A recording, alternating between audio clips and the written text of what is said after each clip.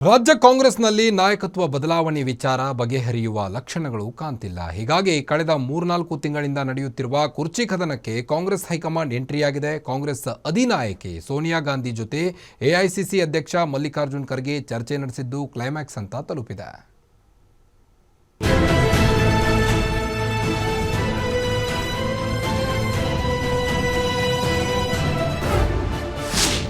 ಕುರ್ಚಿ ಕದನಕ್ಕೆ ಕೊನೆಗೂ Congress high command entry. Sonia Gandhi Mallikarjun Kharge ಗಂಭೀರ ಚರ್ಚೆ. ವರಿಷ್ಠರ ತೀರ್ಪು ಸಿದ್ದು ಪರವೋ ಡಿಕೆಗೆ ಅಧಿಕಾರವೋ?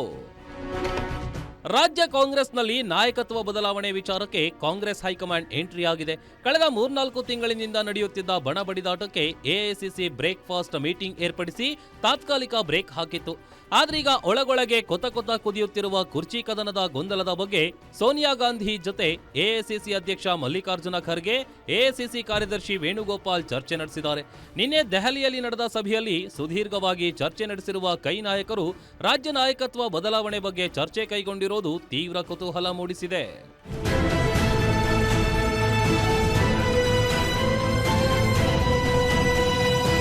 ಸಿಎಂ ಸಿದ್ದರಾಮಯ್ಯ ತಾವೇ 5 ವರ್ಷಗಳ ಕಾಲ ಪೂರ್ಣಾವಧಿ ಸಿಎಂ ಅಂತ ಆಡಳಿತ ನಡೆಸುತ್ತಿದ್ದಾರೆ.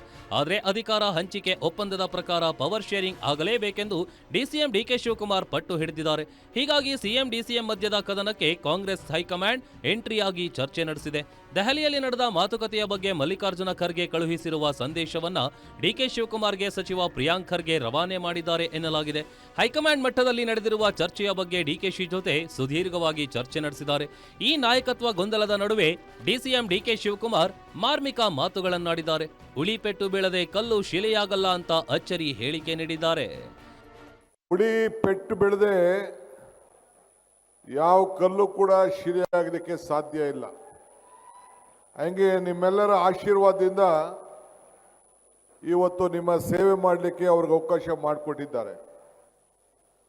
ಇವತ್ತು ಅವರ ಮಗನ ವಿವಾಹ ಆರ್ಥಕ್ಷತೆ ನಾನೊಬ್ಬನೇ ಸೇವೆ ಮಾಡಿಕೊಂಡ್ರೆ ಆಗುವುದಿಲ್ಲ.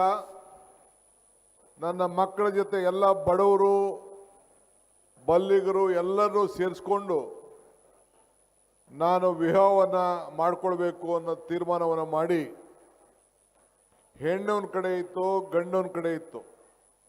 ಅವೆರಡೂ ಸೇರಿ ವಧುವರರಾದರು. ಅಕ್ಕಿ ಒಂದು ಕಡೆ ಇತ್ತು, ಅರಿಶಿನ ಒಂದು ಕಡೆ ಇತ್ತು. ಅವೆರಡೂ ಸೇರಿ ಮಂತ್ರಾಕ್ಷತೆ ಆಯಿತು. ಹಂಗೆ ಇವತ್ತು ಎಲ್ಲರನ್ನೂ ಸೇರಿಸಿ ಇವತ್ತು ಇಡೀ ಸರ್ಕಾರವನ್ನೇ ತೆಗೆದುಕೊಂಡು ಬಂದು ನಿಮ್ಮ ತಾಲೂಕಿನ ಎಲ್ಲ ಜನತೆಗೆ ನೂತನವಾಗಿ ವಧುವರರಿಗೆ ಆಶೀರ್ವಾದ ಮಾಡುವಂಥ ಒಂದು ಭಾಗ್ಯ ತಂದುಕೊಟ್ಟಿದ್ದಾರೆ.